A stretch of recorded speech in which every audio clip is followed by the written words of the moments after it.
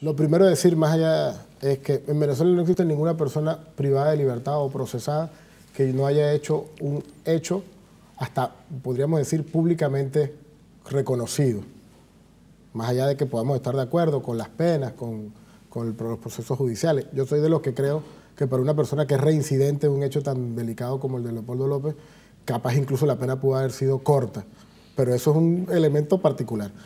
En el caso puntual de esta persona, que es como la más conocida a nivel internacional, hay que decir que fue una persona que instigó públicamente, no solamente el 14 de febrero del año 2014, instigó públicamente a delinquir para derrocar de manera violenta al gobierno legítima y constitucionalmente electo, que no tenía ni siquiera más de un año en el cargo del presidente Nicolás Maduro. Ese proceso largo que él liderizó y que además pueden buscar por internet los videos donde él dijo que eso no terminaba hasta que se derrocara el gobierno, que la presión en la calle debía continuar, que generó, además de esos 3 primeros muertos, ese primer día generó 43 muertos adicionales y más de 800 heridos. Y esa responsabilidad en esas imputaciones como son la asociación a delinquir, como son el estímulo para que esto se diera, como es el llamado a un incendio, se dio el incendio y la quema de un hogar infantil de niños de menos de 3 años, que por suerte no generó mayores daños. ¿Y él tuvo participación directa? Pero es el promotor directo, principal y público. Pero no hay una cosa de juzgar 2 veces por un mismo hecho, porque ahí estamos en la instigación pública a cometer delitos. Claro, yo les podría decir que no manejo directamente la causa de Leopoldo López, que está en un proceso de revisión en los órganos de apelación en Venezuela. Lo que sí le puedo decir son los hechos públicos que se hicieron en ese periodo cuando él llamó a un plan que se llamó La Salida, que la salida era la salida del presidente Nicolás Maduro por formas violentas, donde tuvimos en Venezuela hechos que creo que ustedes recordarán como 4 meses que las noticias sobre Venezuela era que habían manifestaciones, hechos violentos, que habían toma de ciudades, que había gente que colocó guayas en la calle para que se degollaran otras personas, que tenemos, hoy por hoy tenemos víctimas producto de todo ese fenómeno y todo ese hecho. Lo más importante, las guarimbas. Lo más importante decir aquí, yo les podría decir lo que dijo el presidente Nicolás Maduro cuando fue el 15 de enero de este año en la Asamblea Nacional. Él no se negó en lo absoluto a tocar el tema de lo que vivió Venezuela en el 2014, de tocar el tema de las personas que están con privación de libertad y que están procesadas, y planteó en Venezuela que se constituyera, siguiendo el ejemplo que se ha dado en otros países, una comisión por la verdad, la justicia y la reparación de las víctimas, cosa que no tomaba en cuenta la ley que después fue declarada inconstitucional por el Tribunal Supremo de Justicia en nuestro país, que no tomaba en cuenta el capítulo de las víctimas. Y que más bien ha sucedido, por lo menos en la opinión pública internacional, lo que sí nos pasa mucho es que vemos que victimarios se convirtieron en víctimas. Personas que hicieron un hecho político que está claramente tipificado en una violación de las normas jurídicas en Venezuela, que en algunos casos son reincidentes. Mire, el señor Leopoldo López fue el que detuvo de manera ilegal y sin ninguna orden judicial al ministro de Interior y Justicia del comandante Chávez cuando el golpe de Estado en 2002.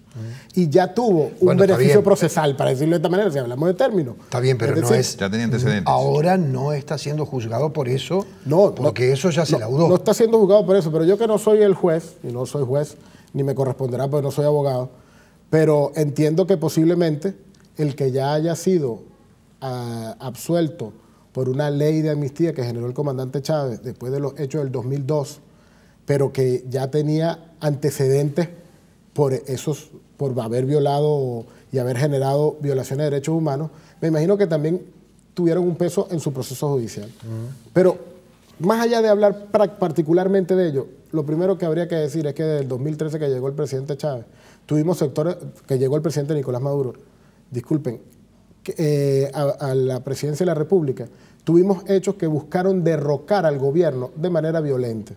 Y eso en cualquier país del mundo genera sanciones, y en muchos casos tenemos incluso detenidos que no lo niegan, que no es que están negando su autoría a esos hechos, y que por eso hemos tenido en Venezuela actores políticos de oficio, es decir, políticos de oficio, y algunos otros que no son políticos de oficio, que yo diría que en algunos casos hasta se dejaron llevar, pero cometieron delitos por estos actores políticos. Bueno, sobre eso, Felipe González, por ejemplo. ¿Cómo? No, actores políticos detenidos en Venezuela, producto de esto. Pensé que estaba hablando de actores políticos extranjeros que llegaron para defender a... No, yo digo de personas que su oficio ha sido ser políticos, pero que por violentar las leyes de nuestro país y en cosas tan graves como esta, están siendo procesadas, detenidas. Bueno, justamente etcétera. sobre eso, para no quedarnos solamente en Leopoldo López, que seguramente es el más visible de ellos, le queríamos preguntar cuáles son las demás personas que, a juicio de la oposición, son presos políticos, a juicio de ustedes no, son personas que han cometido delitos, o por lo menos hay presunción de ello, y ¿qué hicieron? A ver, no sé cuántos son, embajador, si son muchos, no le voy a pedir la lista y los nombres, porque es probable que usted no lo sepa con exactitud, pero queremos tener una noción un poco más acabada del tema en general. Hay unos que vienen del año 2002, que fueron los únicos que no entraron en la ley de amnistía del presidente Chávez. ¿Y por qué no entraron? Por tener hechos de lesa humanidad, es decir, crímenes de derechos humanos, que fueron los policías y el jefe de la policía que dirigió las acciones de represión y que generaron los muertos en el año 2002, que después desembocaron en el golpe de Estado. A ellos no los abarcó la ley de amnistía. No los puede abarcar la ley de amnistía. Y ahora los señalan como presos políticos. La oposición los hoy los incluye en la lista de presos políticos. Hoy los incluye en la lista de presos políticos. ¿Qué otras personas están en esa lista que llama la oposición de detenidos con acciones políticas? El resto son todos los detenidos que se generaron en el año 2014 para acá, de los cuales la gran mayoría que estuvieron en el 2014 tienen incluso hechos de homicidios que se generaron en ese tiempo y en ese momento. Y algunos otros han generado hechos muy recientes. Por ejemplo, hay un actor político que fue detenido previo a la marcha del 1 de mayo, del 1 de septiembre en Venezuela, que convocó la oposición con C4. Con explosivos. Explosivos.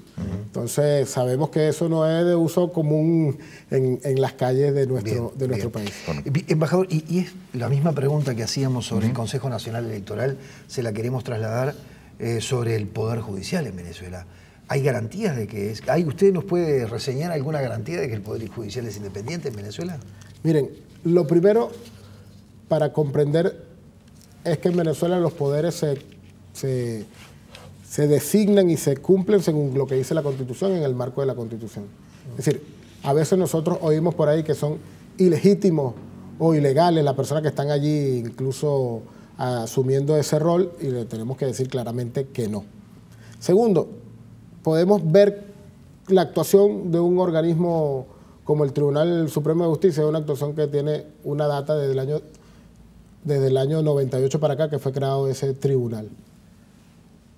Tuvo un hecho significativo en el año 2002, que fue que cuando se estaba haciendo todo el proceso de una comisión especial en la Asamblea Nacional para generar después las acusaciones a las personas que generaron el golpe de Estado del 2002, el Tribunal Supremo de Justicia dio una sentencia donde declaró que no hubo golpe de Estado y que el comandante Chávez había sido custodiado por militares con buena voluntad. Eso lo dio en el año 2002. ¿Por qué me voy a ese tiempo? Porque desde el punto de vista jurídico, legal, e incluso con un debate que está ahora, que la Asamblea Nacional dice que la Asamblea Nacional actual dice que la Asamblea Nacional del año pasado designó rápidamente y a última hora a magistrados del Tribunal Supremo de Justicia. La respuesta es muy sencilla. Le correspondía a ese periodo legislativo la designación de ese tribunal, de esos magistrados que habían terminado sus funciones. Y empezó desde abril la comisión, el comité de postulaciones. Entonces, la gran pregunta que nos hacemos es, si en democracia a nosotros nos corresponde reconocer a los poderes constituidos y el comandante Chávez le tocó asumir esa definición de un Tribunal Supremo de Justicia, que estoy seguro que a él no le gustó, y a la mayoría de los venezolanos me tocó estar en el Puente Ayaguno hasta las 9, 10 de la noche, y por supuesto que no me gustó, también lo más importante en democracia es el reconocimiento de nuestros poderes, claro, que es lo que no se está dando desde un actor determinado, en este caso usted que dice, es el Parlamento. Si Chávez aceptó ese eufemismo que se planteó de que él que no hubo un golpe de Estado, sino que fue custodiado, lo que te dice es ahora debería aceptarse con el mismo criterio las definiciones del actual Tribunal Superior de Justicia. Ahí es donde yo veo la vocación democrática de las personas y el reconocimiento de la institucionalidad. Más allá que esa institucionalidad a mí me guste o no me guste. Yo no puedo decir que no me da garantías una institucionalidad que se ha desarrollado en el marco de la legalidad de nuestro país.